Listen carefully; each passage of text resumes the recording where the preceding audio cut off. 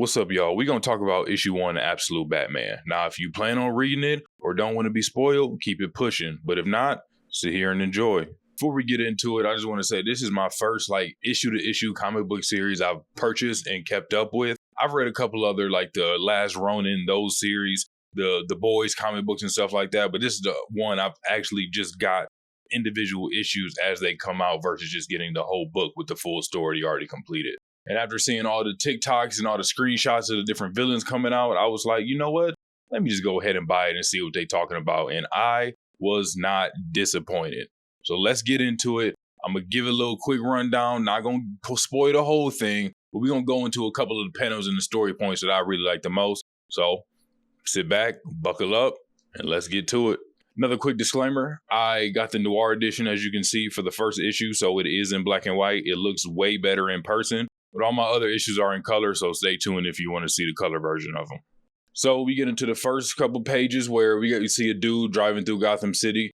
And one thing I've noticed is I've never seen somebody go the speed limit or even drive on the right side of the road inside of Gotham City.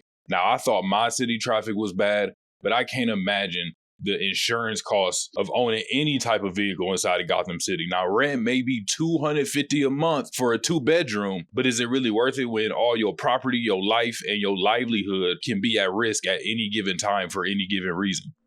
I don't think so. But the man driving through, weaving through the traffic, seeing the city, going on a sightseeing tour is none other than my GOAT. Should be your GOAT, because he is the GOAT, Alfred Pennyworth. And this right here was what showed me that this is a completely separate origin story. There may be some key points, but overall, this is a completely different timeline. Why does Alfred have an entire safe house full of all these type of guns? Like I guess he is British, so he might be part of the Kingsmen. You never know. But he's right here getting his directives on why he is in Gotham. Explains the whole situation, and he not no butler. He not giving no tea. He not waiting on Bruce hand and foot. He is here on his own mission, doing his own thing, and he may be an enemy of the Batman. He may not be.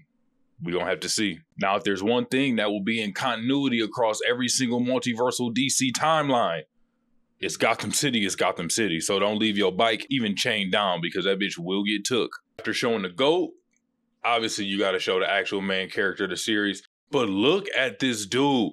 Like, the dude standing next to him, he's got to be at least 6'2" and built like a normal-sized dude. But look at this man, Bruce. I don't know what they did to him. One, he got a baby face. So I don't know if he like 18, 19 in this. But dude is built bigger than the mountain from Game of Thrones. Like, there's no reason he need to be this strong. Look at the punching bag.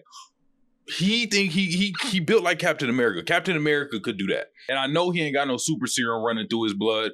And I know Sam Wilson will be jealous of this man, because this is what he'd be trying to do with no serum. Sorry for the stray, but you deserved it. And as every single inconsiderate ass, strong ass superhero in a boxing ring do, he breaks the bag so nobody else can enjoy it. But we do get a quick little foreshadow of Killer Croc. At least that's his friend at the moment. I don't know how he turned into a crocodile, but he's holding one. So I ain't never seen more blatant foreshadow in my life.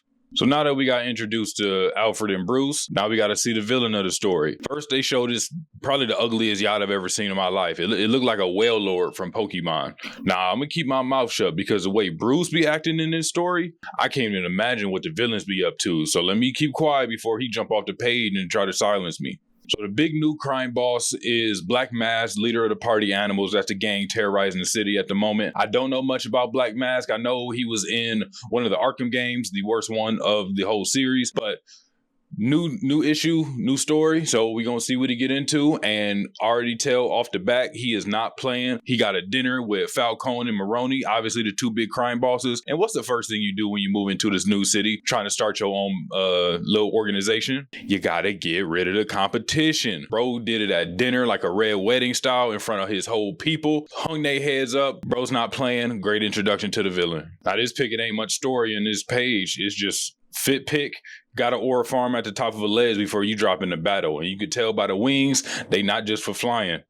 They got claws at the end. And in continuation of the aura farming, I know bulletproof vests and bulletproof material, it may stop the penetration of the bullet, but it does not and cannot stop the impact. So this man is taking multiple rounds from multiple clips from multiple guns all across his body. I know it hurts, But for the sake of the aura farm and the intimidation and just the straight up fear factor, he's eating every single one of those bullets. And I know he got one tear going down his face while he's doing this, but it does make for a tough ass panel. So I appreciate it, which then leads into a tougher panel and my favorite panel of the whole entire issue.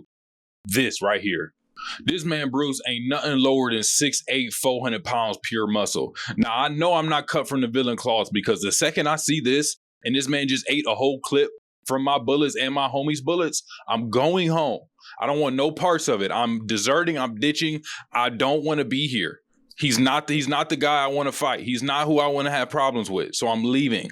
So this leads into the first big Batman fight scene of the whole issue. Now, he's already laid out a bunch of He's already laid out a bunch of people at the top, and there's a whole group following him. You got Alfred looking through the scope, just gathering data, aka being a bystander and not helping whatsoever.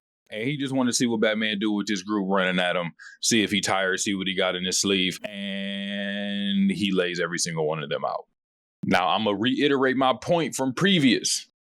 If I see a man beat up my group 18-1 and I'm in the second wave, buddy, I played enough zombies to know it don't get much harder in the second round. He don't look tired. He's just walking down the stairs at the same time, just laying bodies down left and right. Maybe I should reconsider what I'm doing here. But obviously this second group think they all that in a bag of chips because they got this big brute with them. He decides to pull out a big chef knife thinking that's going to make him a lot more intimidating. Little did he know, and we're going to pause for a second. When I first saw this Batman symbol, I hated it. I hate the big bulky ones. It was kind of the one with the Zack Snyder Batman. I don't like the big bulky bat symbols. They look stupid. But when he grabbed the handle and pulled it off his chest to use as an axe, first off, how much is this weigh to be actually usable as an axe? So he just got a weight on his chest, messing up his whole equilibrium, got to activate the back muscles just to stand up straight. But for it to just be able to detach and reattach onto his chest and use, like, that's tough. And use like a little extra armor, that made me fall in love with the symbol. I'm gonna keep my mouth shut on that for the rest of the time because using it as an axe is the toughest thing I couldn't even have thought of. Shout out to them.